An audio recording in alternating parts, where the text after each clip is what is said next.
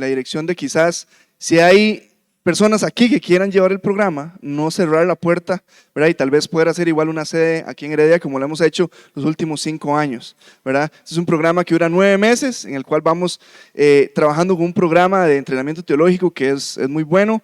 Aquí hay muchas personas, pueden levantar la mano los que han llevado el programa de Glomos, por favor, ¿verdad? Si usted quiere referencias sobre esto, puede preguntarles a ellos.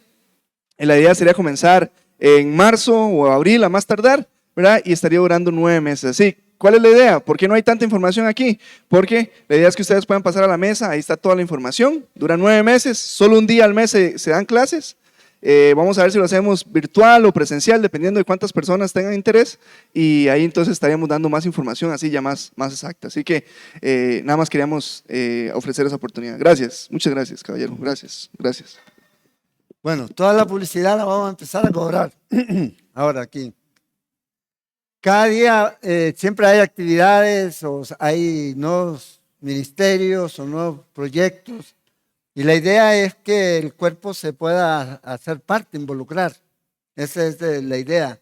Que nadie diga, me quiero preparar, pero no me acomodo, sino que usted ve, está la escuela bíblica, está Global, está Navegantes, está aquellos que no han tomado fundamentos. Entonces, tenemos siempre ahí en carpeta siempre la oportunidad para que ustedes se involucren y a la vez se preparen y también ustedes puedan en el futuro dar estos mismos cursos. ¿Ya? De pronto lo que les llaman grupos pequeños, ahí puede tener su grupo y tiene material, etcétera, que le puede servir después de haberlo tomado. Así que nadie puede decir que no hay oportunidad para prepararse. ¿Ya? Y lo interesante de todo esto es que es gratis. ¿Ya? Si acaso si hay material, es el material y nada más. Entonces, porque no se busca lucrar con esto. Y ese es el punto. Siempre poder dar lo que el Señor nos ha dado. Bueno, los saludo, buenos días a todos, ¿ya? A los que ya fueron y a los que irán y a los que no irán, los saludo, ¿ya?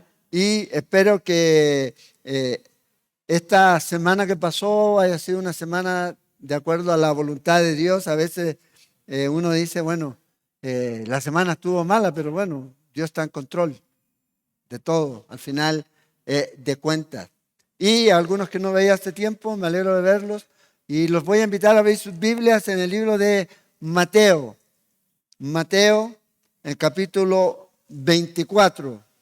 Hoy día vamos a iniciar en este capítulo, en nuestro viaje a través del Nuevo Testamento, en Mateo capítulo 24. Y también vamos a como primer domingo, ya se fue enero, ya estamos imagínense, ¿ya? El tiempo vuela, dice, pero damos gracias al Señor porque cada día que pasa es un día más cerca del Señor. ¿Ya? Y veámoslo en esa perspectiva. Capítulo 24. Vamos ahí a retomar nuestro viaje a través del Evangelio de Mateo. Obviamente hoy día leímos los primeros 15 versículos, no los vamos a ver. Lo que voy a sentar es una base para lo que vamos a estar estudiando en el capítulo 24 y 25, porque aparte de que es profecía enseñada y dicha por nuestro Señor Jesucristo, lamentablemente hay muchas ideas, escuelas de pensamiento, de que si esto se trata de aquí, de allá, si esto ya se cumplió, no se cumplió, se va a cumplir, etc. Bueno, nosotros vamos a ir viendo de acuerdo al contexto en el que está este pasaje en donde el Señor Jesús va a estar dando información sobre el futuro. ¿A quién no le gustaría saber su futuro? ¿Hay alguien aquí? Hay algunos que dicen, no, mejor no. Pero en Cristo tenemos seguridad. Y lo que nosotros vamos a ver es lo que el Señor está mostrándole a un grupo de judíos en específico de lo que esto iba a ocurrir. A veces se dice que Cristo regresa pronto. Creo que el término no está bien usado en el sentido de, no estoy diciendo que no va a regresar pronto, Lo que sí digo es que no sabemos cuándo va a regresar, pero va a regresar. Porque a veces la gente entiende el concepto pronto como mañana, como pasado. Bueno, esa es la mentalidad que los judíos tenían en cierta forma. Para ellos no había distancia, no había separación entre un escrito profético y otro, sino que ellos podían decir, dice aquí que se va a establecer el rey, que va a entrar y que va a hacer esto, pero ellos no veían la distancia en el tiempo.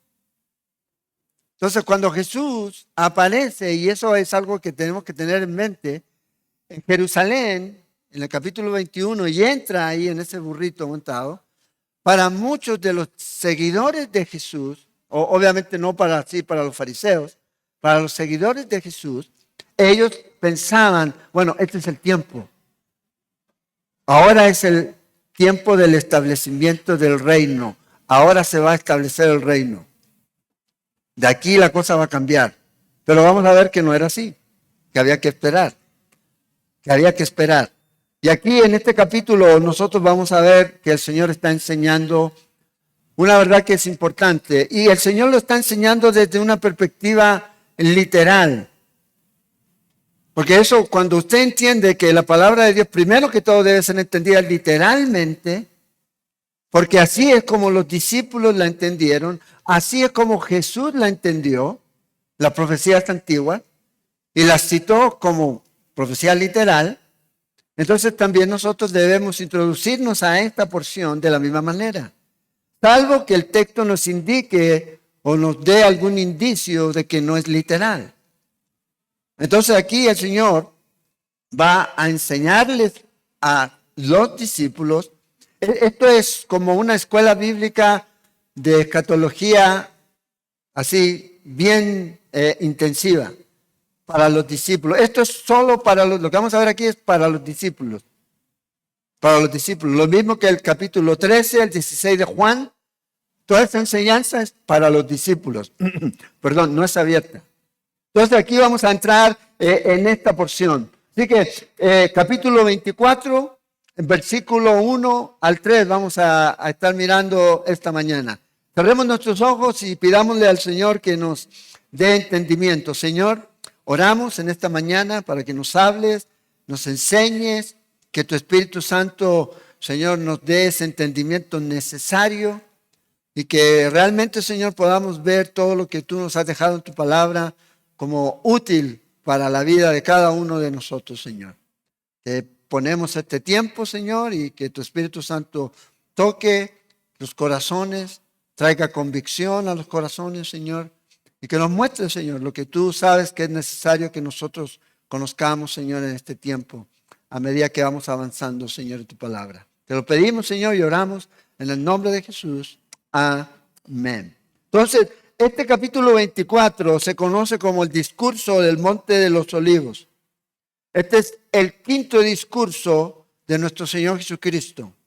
Cada uno de los discursos que hemos visto, comenzando, el primero es en capítulo 5. ¿Ya? Y es interesante, cuando usted ve y vamos estudiando, se da cuenta que el capítulo 5 va a comenzar exactamente como va a comenzar este capítulo. Con un Jesús sentado enseñando. Y va a terminar de la misma manera. ¿Cómo? Cuando Jesús acabó todas estas palabras. Entonces, cuando usted vea eso, eso quiere decir que terminó el discurso. Y esto es lo que vamos a estar mirando aquí. Y lo que vamos a enfocarnos es en Israel y en Jerusalén y en el templo. Ahora, vea lo que decían, la mentalidad que tenían los judíos. La tierra de Israel está en el centro del mundo. Jerusalén está en el centro de Israel. Y el templo está en el centro de Jerusalén.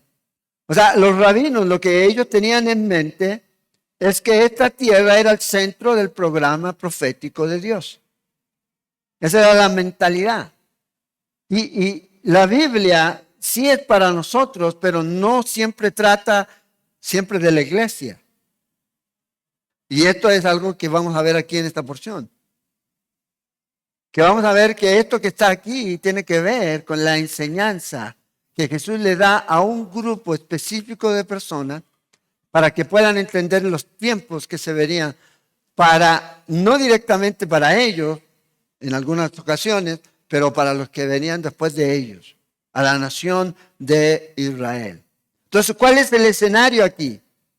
Fíjense, terminamos la semana pasada en el versículo 39 del capítulo 23, pero el verso 38 el Señor dice, he aquí, vuestra casa os es dejada desierta. Entonces, cuando usted habla con un judío, y especialmente en este tiempo, para ellos lo importante como nación, ¿ya?, como bendición y como protección era el templo. Entonces viene Jesús y le dice, ¿sabes qué? Esta casa va a ser desolada. El templo va a quedar desierto. El templo va a ser destruido. Entonces ellos dijeron, ¿cómo? ¿Cómo va a ocurrir? Entonces ya tenían un choque en este punto. ¿Por qué? Porque ellos pensaron, Jesús entró a Jerusalén, Jesús va a entrar aquí, se va a declarar rey, aquí está el templo, aquí está todo, y ahora que se presente, destruya a los romanos y establezca el reino.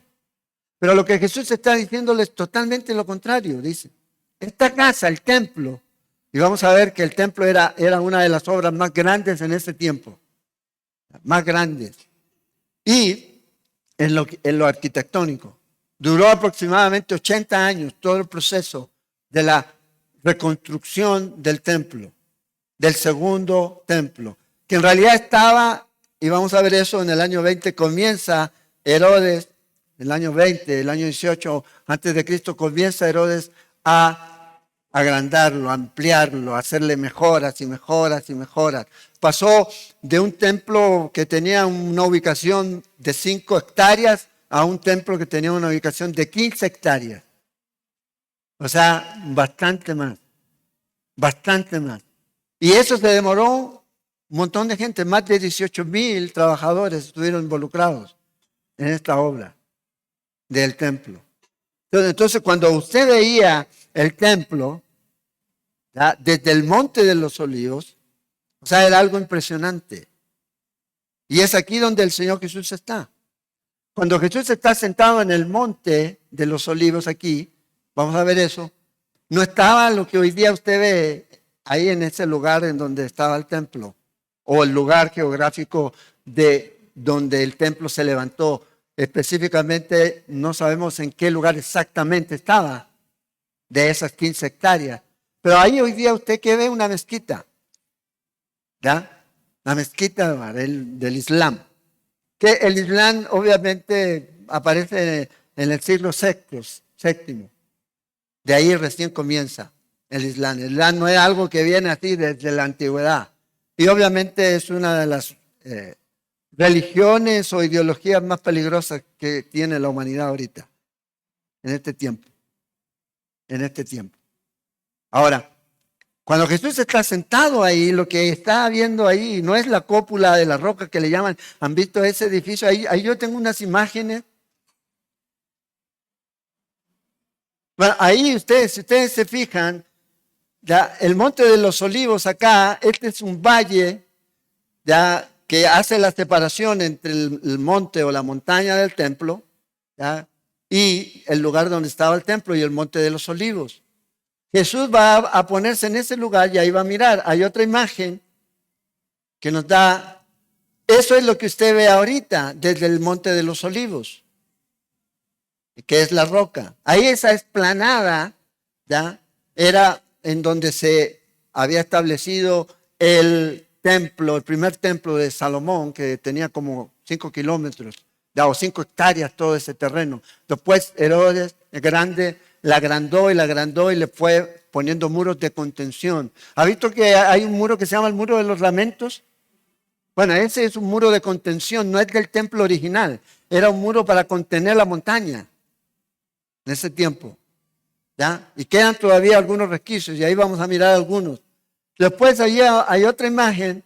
Eso es lo que se ve desde el Monte de los Olivos, un atardecer. Ahí está la ruta por donde probablemente Jesús bajaba por la puerta del este o entraba a Jerusalén, al lugar del templo. Y creo que hay otra. Ahí. Y ahí, en esa zona, delante, son tumbas. ¿Por qué? Porque los judíos tienen una idea de que entre más cerca usted esté del templo, son los primeros que van a resucitar. ¿Ya? Y entonces está lleno de eso, hay un montón de tumbas. Y también hay tumbas de hombres para ellos importantes que le hacían monumentos. ¿Se acuerda que hablamos de eso en el capítulo 23? Ornamentaban y hacían monumentos. Bueno, ahí hay varias. Y esta es la vista. Pero cuando Jesús estaba mirando, lo que miraba ahí era el templo. Completamente de mármol, con oro. ¿Ya? Era algo que a la luz del sol, lo encandilaba a uno. Entonces todos quedaban así cuando veían el templo, wow. Y esta es la mentalidad que estos hombres tienen cuando van a venir donde Jesús y le van a decir, mira Jesús el templo, mira este edificio, mira estas rocas, mira esta construcción. Quizás pensando ellos, ¿cómo tú nos estás diciendo que esto va a quedar desolado? ¿Cómo tú nos estás diciendo que esto va a ser destruido? Es imposible. Bueno, lamentablemente no va a ser la primera vez. Los que han estado los jueves estudiando con nosotros el libro de Jeremías, vimos ahí que el templo fue destruido por los babilónicos. O sea, no es la primera vez. Entonces, aquí el Señor va a empezar a hablar con esta gente. Imagínate la imagen, estamos en la Pascua, esta es la noche del martes, todavía es martes. ¿Ya? ¿Cómo sabemos eso? Por el Evangelio de Lucas, de Marcos. Marcos nos da más o menos un lineamiento en cuanto a los días, cómo fueron pasando. Y este fue el día segundo, este fue el día tercero y así. Y aquí nosotros estamos en este día martes, a la noche del martes. Que para ellos la noche vendría a ser realmente la noche del miércoles. Porque para ellos el día termina a las 6 de la tarde. Entonces, si el martes terminó a las 6 de la tarde, venía la madrugada del miércoles. Para ellos, ¿verdad? Para ellos. Ustedes no piensan en acostarse a las 6 de la tarde. Bueno, hay algunos que sí. ¿Ya? Hay algunos que sí. Pero ellos estaban ahí en esto. Entonces, aquí va el programa del Señor. Con ellos en este día. Lo otro que estaba ocurriendo era, como dijimos, que es la Pascua. Hay cientos de personas ahí. Cientos de personas en este lugar. Y déjame darte 4 cosas que son importantes con respecto a la parte geográfica que usted puede encontrar en las Escrituras. ¿Cuál es el esquema de esta ciudad y de Israel en particular? Lo primero que vamos a mirar aquí en Ezequiel 5:5. En Ezequiel 5:5 nos muestra que el centro geográfico de la tierra, bíblicamente hablando, va a ser Jerusalén. Vea lo que dice Ezequiel 5:5. Así ha dicho Jehová el Señor, esta es Jerusalén. Y vea lo que dice. La puse en medio de las naciones y de las tierras alrededor de ella. Dios está diciendo aquí que es el centro, y no solo es el centro de la tierra bíblica, es el centro geográfico. Entonces yo sé, hay muchos que odian a Israel y que odian a Israel y odian a Israel. Pero tienen un problema porque Dios tiene un plan para ellos todavía, no terminado. Y quédalo o no, es el centro. Pero no solo es el centro, lo segundo es el centro espiritual, es el centro de la salvación espiritual. ¿Dónde murió Jesús? En Jerusalén. Jesús no murió en ningún otro lugar. Jesús no ha dado salvación en ningún otro lugar que no sea ahí en el Monte Calvario, donde Él murió. Vea lo que dice el Señor Jesús en Juan, en capítulo 4 de Juan, en el verso 22. Hablando con la mujer samaritana. Vosotros adoráis lo que no sabéis. Nosotros adoramos lo que sabemos. Y vea lo que dice Jesús. Porque la salvación viene ¿de quién? De los judíos. Yo sé que hay muchos que les duele eso. De ahí viene. Jesús era judío. Si Jesús no era judío, no podía estar diciendo esto. Sí, Él era Dios, pero nació como judío, bajo la ley. Eso nos dice el libro de Gálatas. Entonces, la transacción, el pago por la salvación de los hombres, se dio ahí en el Calvario. ahí en Jerusalén, a las afueras de la ciudad. Ahí es donde se dio. Pero no solo eso, sino que también Jerusalén e Israel va a ser el centro de la tormenta más grande proféticamente hablando. No va a haber otro lugar como este. Vea lo que dice Zacarías. Zacarías capítulo 12. Le dije que esto es solo la introducción para darnos terreno para lo que se viene en este capítulo. Y ahí nos va a ayudar a entender un poco que Jesús está enfocado aquí hablando a quiénes, a los que vivían en Jerusalén, a los que eran judíos, a los que eran parte de Israel. El Israel no espiritual, Israel étnico, de sangre. Entonces vea lo que dice ahí en Zacarías.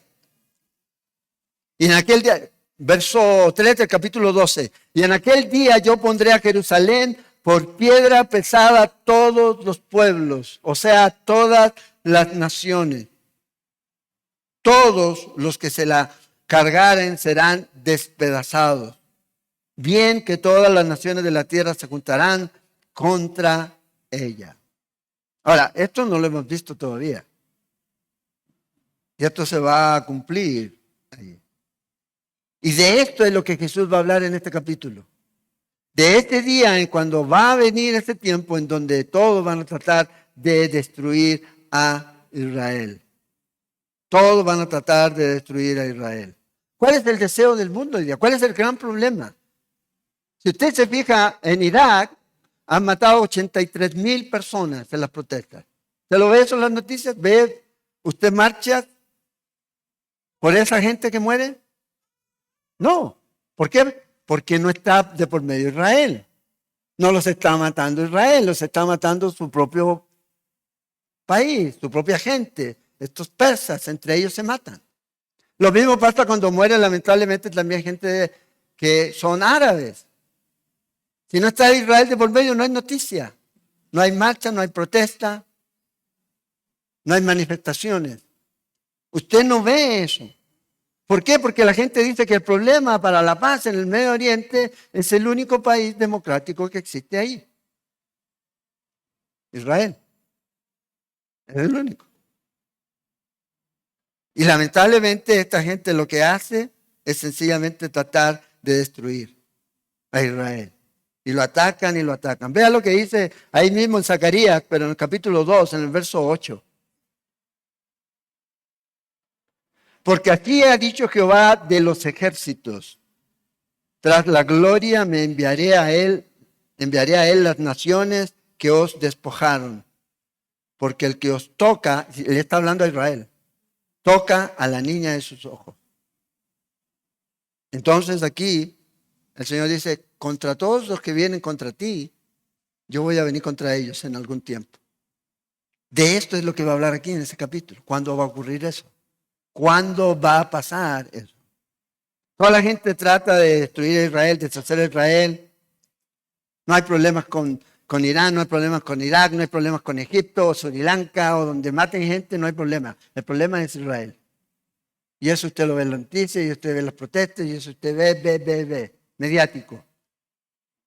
Pero a nadie realmente le importa que maten 83,000 personas que están luchando por la libertad, que están bajo un régimen y han estado ahí desde los 50. Entonces, aquí es esencial que entendamos que este es el contexto. ¿Y por qué? Porque lo último es que la gloria final va a estar ahí, en Jerusalén. Vea lo que dice el libro de Isaías, en el capítulo 2, verso 2. El centro de la gloria de la tierra va a estar ahí. Acontecerá en los postreros tiempos, dicho una publicidad antes de seguir. Si usted quiere profundizar en el libro de Isaías, nosotros ya lo enseñamos. Puede ir creo que en el canal de YouTube está el libro de Isaías, capítulo a capítulo. Si quiere profundizar ahí, ya en este libro de Isaías, que habla mucho acerca del Mesías y de lo que iba a venir para la nación también. Dice, en los postreros tiempos, que será confirmado el monte de la casa de Jehová como la cabeza de los montes. ¿Dónde está el templo? Ahí, en un monte. En un monte. Y será exaltado sobre los collados y correrán a él todas las naciones. ¿Cuándo? En los últimos tiempos, en los postreros tiempos. Hoy día corren para destruir, pero un día van a correr para recibir la bendición, para ver la gloria de Dios ahí cuando Él regrese por segunda vez y establezca su reino y nosotros con Él. Entonces, aquí el pueblo de Israel y los judíos, ellos tienen una perspectiva acerca del fin de los tiempos. Entonces, cuando leemos Mateo 24, ¿ya? Lo que estamos es en tierra, no es tierra santa, pero es tierra judía. Aquí habla de Sabbat, habla de judíos, habla de esta información aquí. Aquí no está hablando de los bautistas, aquí no está hablando de los presbiterianos, aquí no está hablando de Calvary, aquí no, aquí está hablando directamente a los judíos, al pueblo de Israel, a ese pueblo, a todos los que estaban ahí, a sus discípulos, les está enseñando. Entonces lo que vamos a ver aquí es, sí, va a ocurrir muchas cosas en el mundo, pero específicamente lo que va a suceder en Judea, lo que va a suceder en Jerusalén y en la tierra de Israel. Este es el enfoque aquí. Entonces Mateo 24 y 25, si usted está tomando nota, ¿ya? O está mirando los resultados de la elección, todavía no hay. ¿Ya? Todavía no hay. En este quinto discurso, el centro aquí es Israel. Y el enfoque tiene que ver con Daniel 9:27, la última semana de Daniel, de las 70 semanas. La iglesia y el rapto pareciera que estuvieran ahí en el versículo 40, 42, pero en realidad no están ahí. No es el enfoque aquí. ¿Por qué? Porque la gran mayoría de la información que nosotros vamos a ver aquí se trata de tribulación, gran tribulación y la segunda venida de Cristo. La segunda venida de Cristo.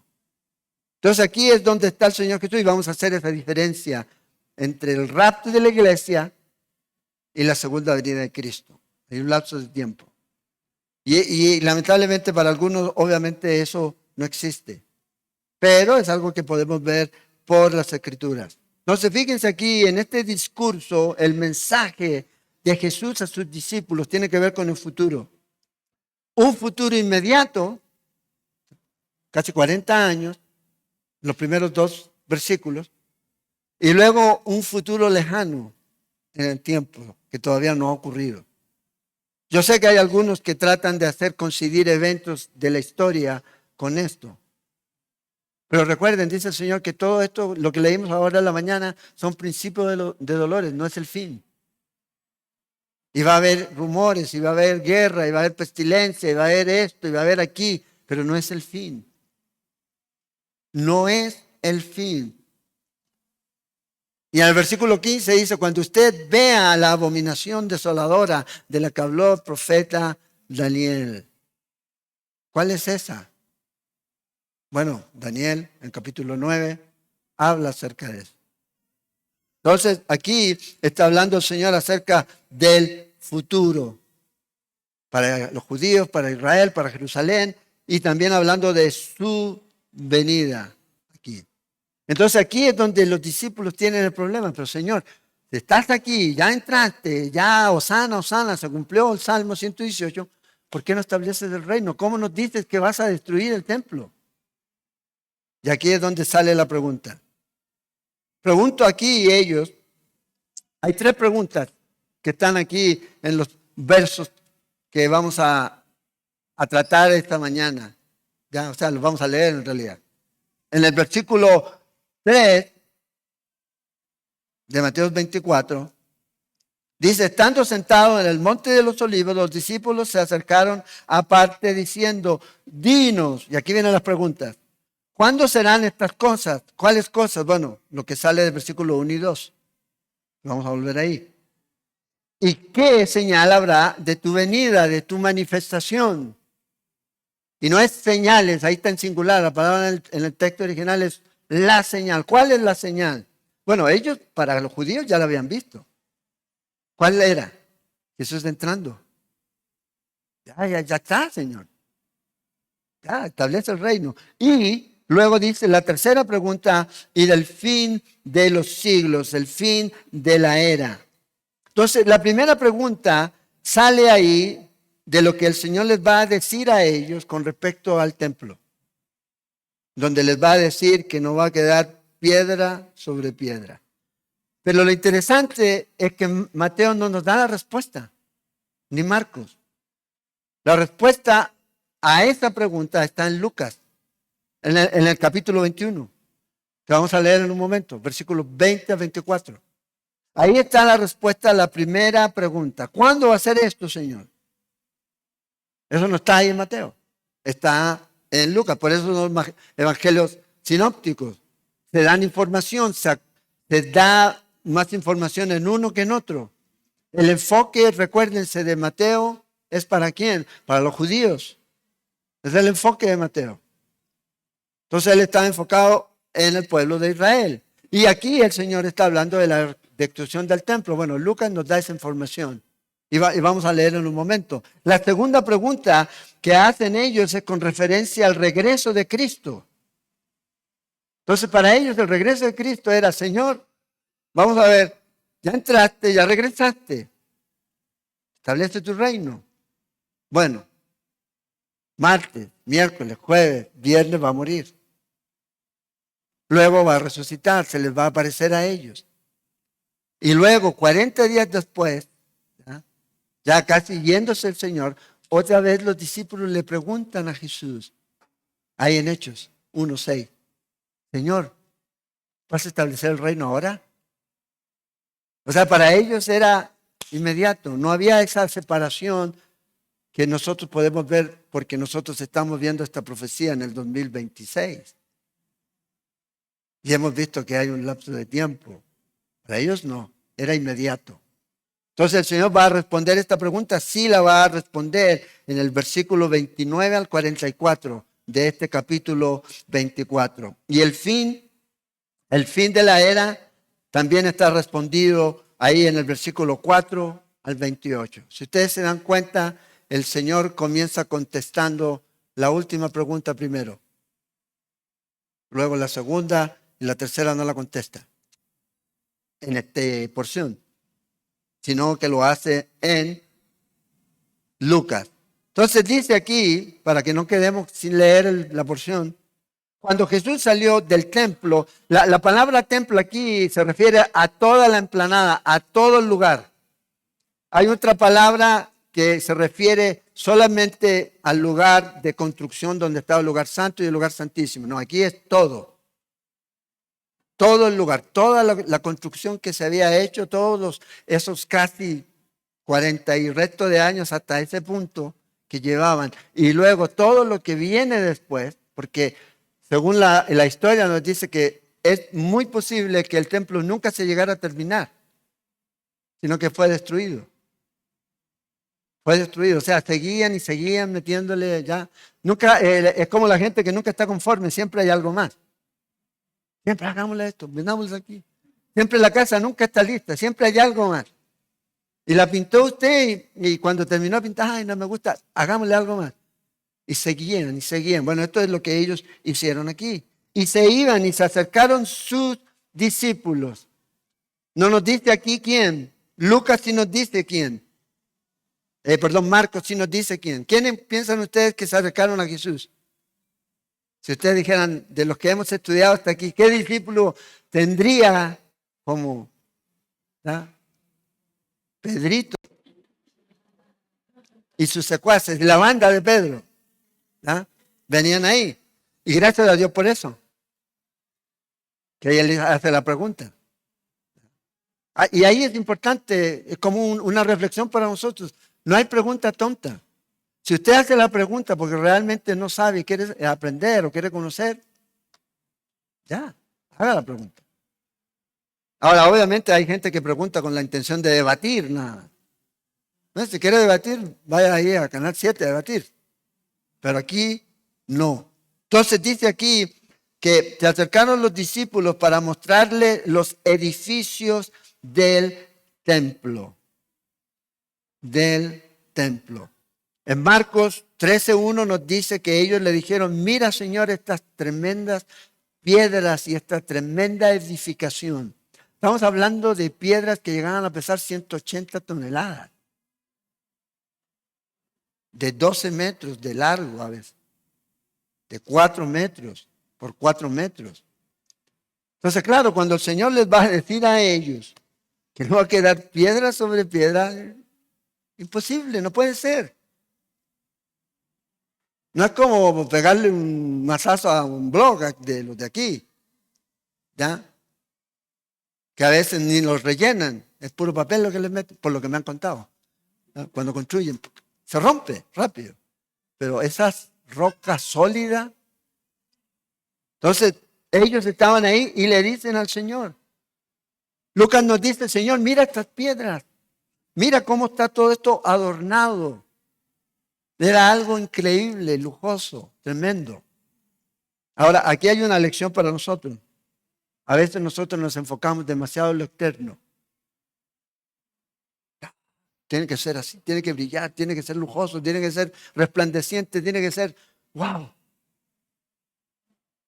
Pero el Señor no se preocupa de eso. El Señor ve el corazón. Y a veces nosotros pensamos que la bendición está en lo que tenemos, en lo físico, en lo externo, y no realmente en la persona de Cristo Jesús. Y aquí están estos hombres. Y esa es la mentalidad judía. No solamente vea usted aquí a los discípulos, ay, los discípulos pobres. No, todos tenían esa idea. Vivían en pecado, hacían todo lo demás, pero está el templo. Y tenemos la bendición de Dios. Hay muchos cristianos que, no importa, viven en pecado, pero voy a la iglesia. Y ahí está. Y el Señor le dice, ¿sabes qué? No es así. En donde usted está poniendo su confianza, eso se los voy a borrar. No va a haber más memoria de eso. Tanto es así que Flavio Josefo dice que después de la destrucción de eso, el historiador judío del primer siglo, no se sabe exactamente qué había ahí. Solo escombros. Solo escombros. A veces Dios tiene que quitar del medio aquello que nos estorba para verlo a Él. A veces solamente estamos viendo un edificio, un ministerio, y no estamos viendo a Cristo.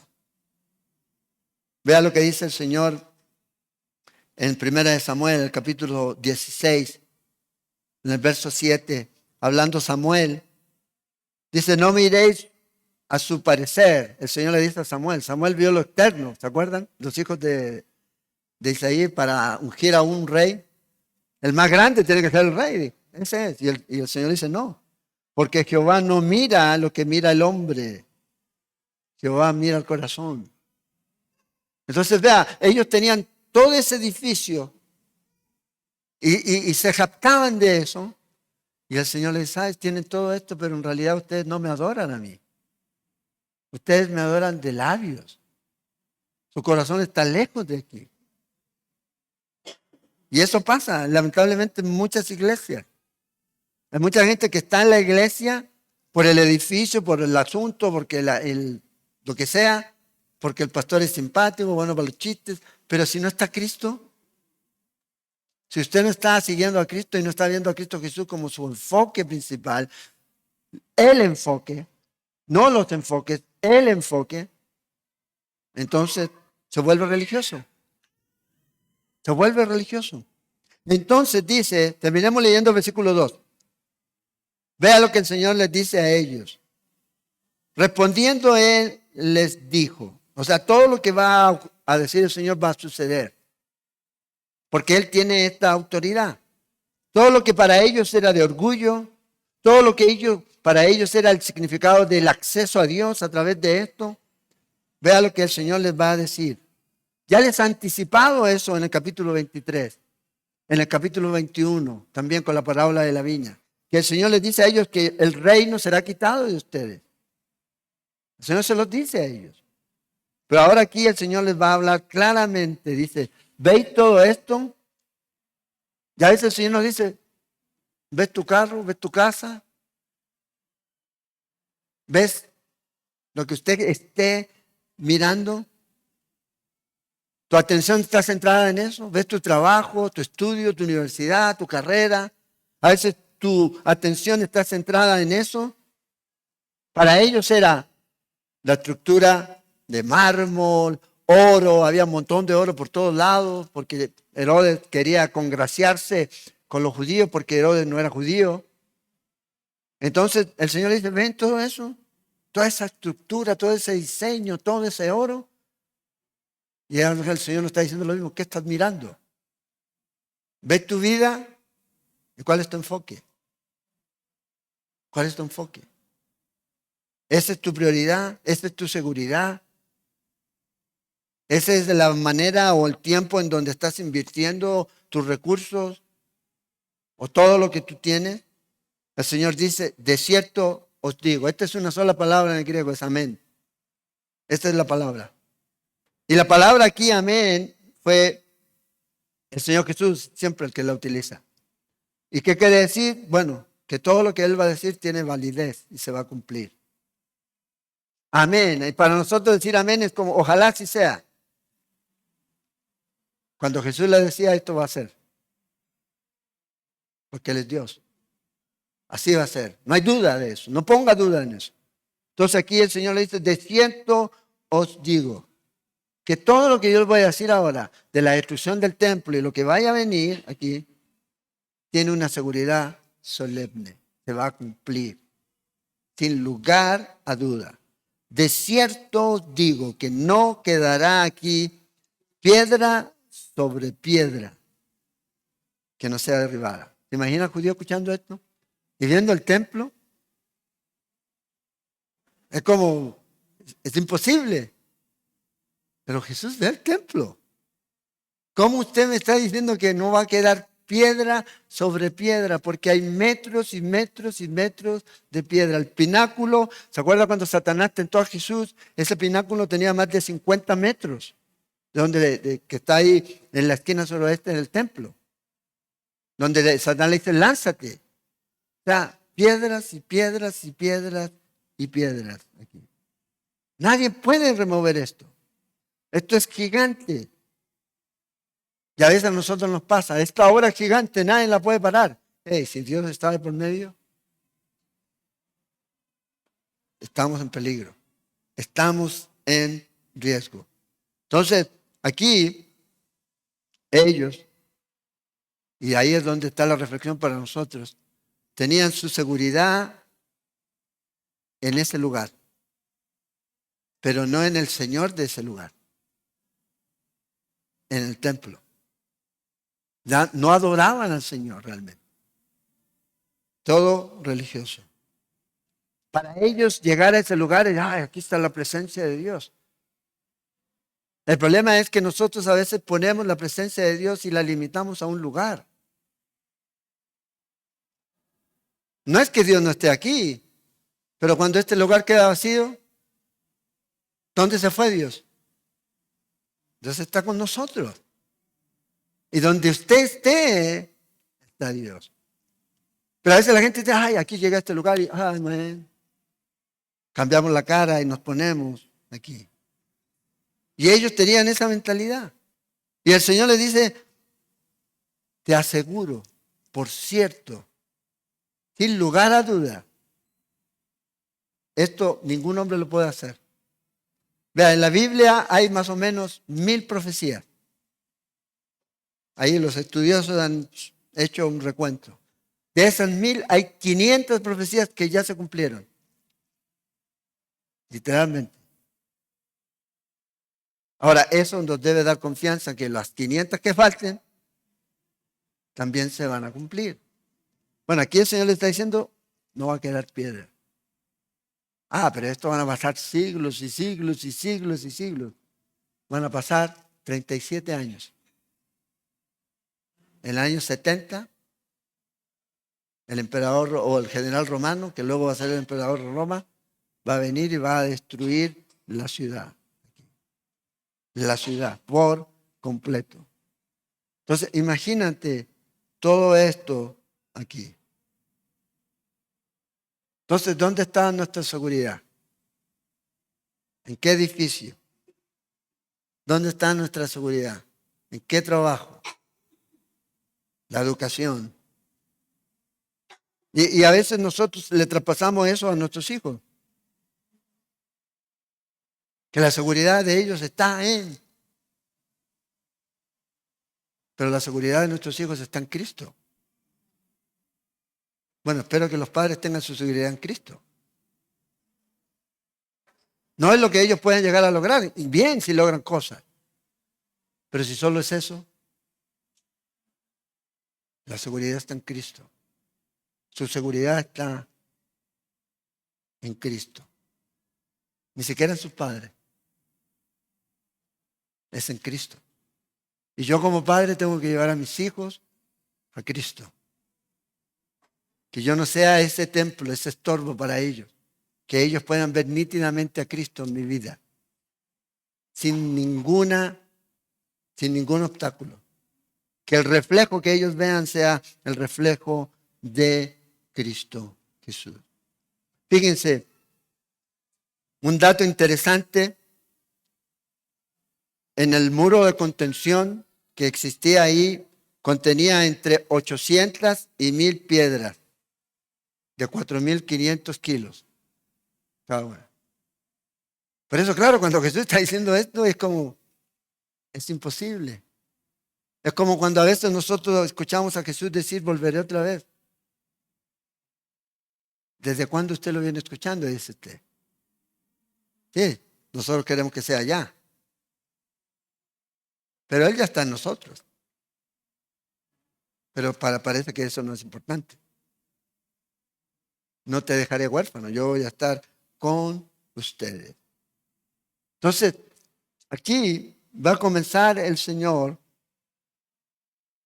a profetizar, a hablar y a dar algunas advertencias, pero también señales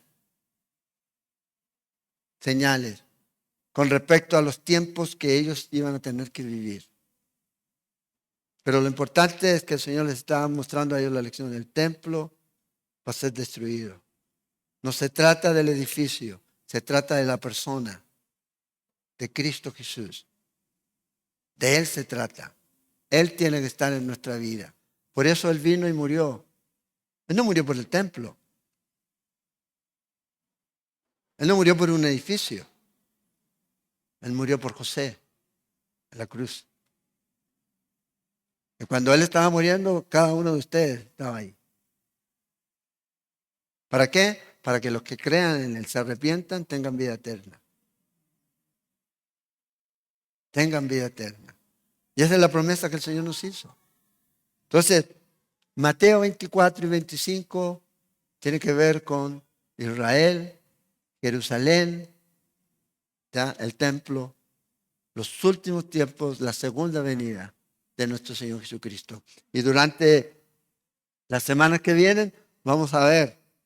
Y no vamos a estar estudiando este capítulo viendo el periódico. Mira aquí esto, tratar de hacer coincidir cada vez. Mira aquí este evento. No, no se trata de eso. Se trata de que hay señales. ¿Hay más guerras hoy día? Claro que hay más guerras. ¿Hay más hambre? Muchos días sí, hasta el arroz subió. Pues bueno, todos lados subió. Hay más hambre. ¿Ya? ¿Hay más rumores de guerra? Sí. Terremotos más grandes, imagínate en Chile, en 2010, 8.9. En el 64 fue 9.6. Y siguen habiendo terremotos. Y siguen habiendo conflictos. Y siguen. ¿Por qué? Porque la esperanza de los hombres no está en Cristo. Y como dicen por ahí, escojamos a un hombre para que vengan tiempos mejores. Eso lo va a hacer el anticristo. Se va a presentar como ese ángel. Y claro, y como la gente quiere, ¿qué es lo que quiere la gente? ¿Quiere una vida espiritual equilibrada? No, quiere plata. Quiere un sistema de salud bueno, que vaya y lo atiendan rápido, ¿verdad? Quiere mucha comida. Claro, ¿y eso cómo se consigue? ¿Cómo se logra? Economía. Claro, y si alguien viene a usted y le dice, ¿sabes qué? De ahora en adelante el sueldo mínimo, yo le puedo tirar cualquier cantidad de... En Chile decían que el sueldo mínimo tenía que ser 1.000.000 de pesos. Usted le puede ponerle la cantidad que quiera. El asunto es, ¿quién lo va a poder pagar? ¿Quién lo va a poder pagar? Bueno, va a venir un hombre que les va a decir, yo les voy a arreglar su problema. Y a veces los cristianos están metidos en lo mismo. ¿Sabe cuál es el problema de la humanidad? El pecado. Y Cristo ya pagó el precio. Ya murió en la cruz. Ay, sí, me gustaría tener mejor. Sí, a todos. ¿Quién no? Yo no digo que yo me voy a vivir debajo de un puente. No, no estoy diciendo eso. Contentamiento. No es lo mismo que conformismo. Contentamiento es agradecer a Dios por lo que usted tiene ahorita. Y si Dios le da más, gloria a Dios. Y si Dios le da menos, ¿qué va a hacer? ¿Renegar? Ha aprendido a tener y a no tener. ¿Quién dijo eso? El apóstol Pablo. No José ni ninguno de estos pseudos profetas, apóstoles, no. Porque estos pseudos profetas y apóstoles, ¿qué es lo que dicen? Más, más, más, más. Y Pablo dijo, no, he aprendido a tener y a no tener. No me falta.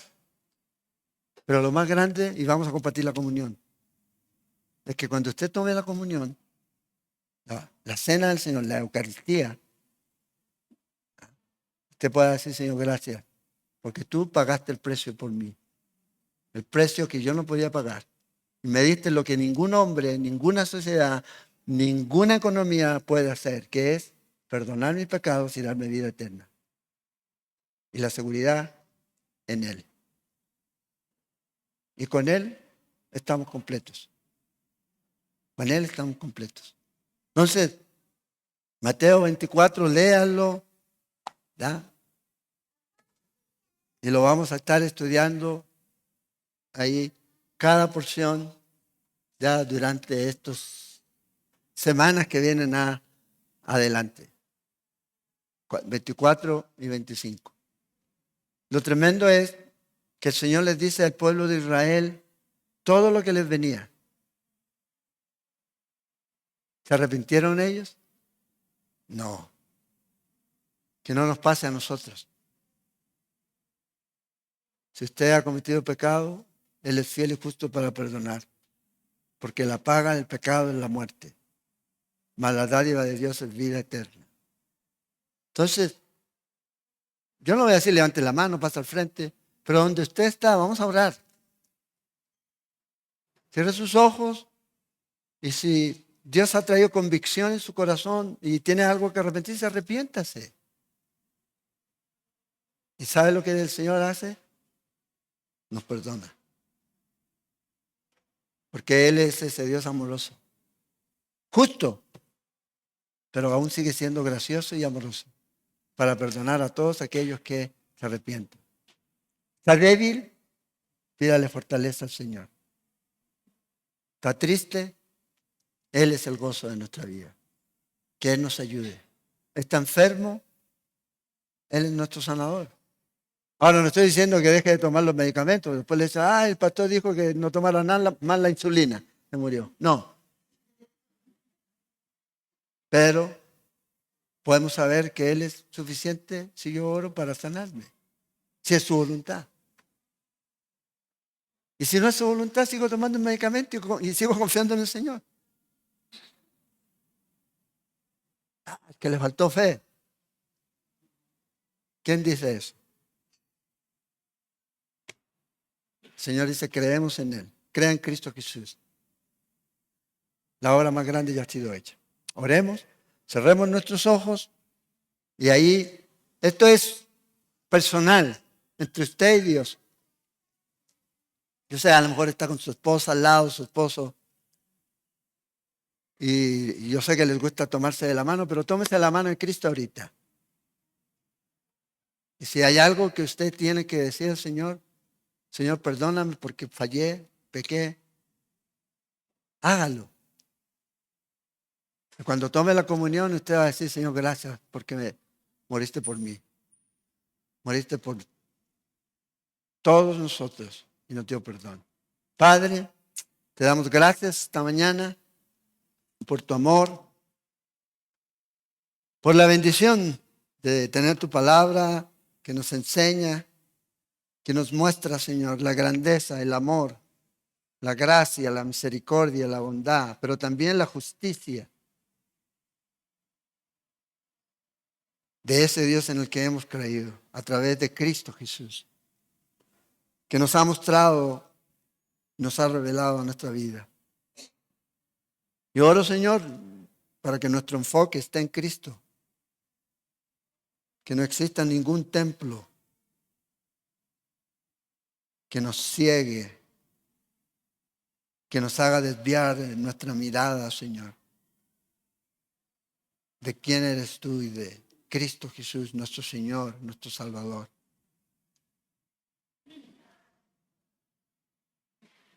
Que nada, Señor, entorpezca, Señor, nuestra comunión contigo. Y si hay pecado, Señor, oro para que nos perdones. Que cada uno ahí de los que está con sus ojos cerrados, orando,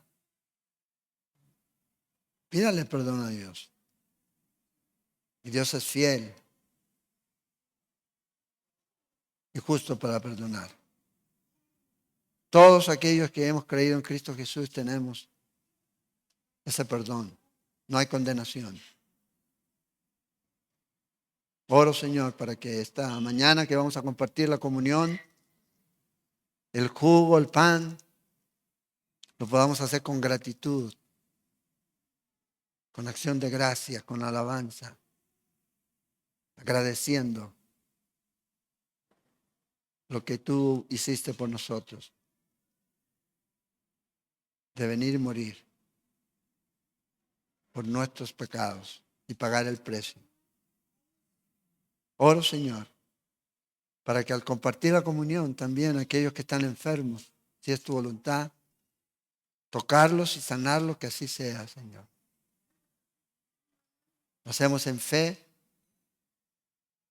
confiando, creyendo, Señor, que tú eres soberano y suficiente para hacerlo. Pero también descansamos en tu voluntad.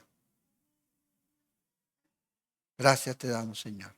Oro, Señor, esta mañana y te pido, Señor, tu bendición para cada uno aquí. En el nombre de Jesús. Amén.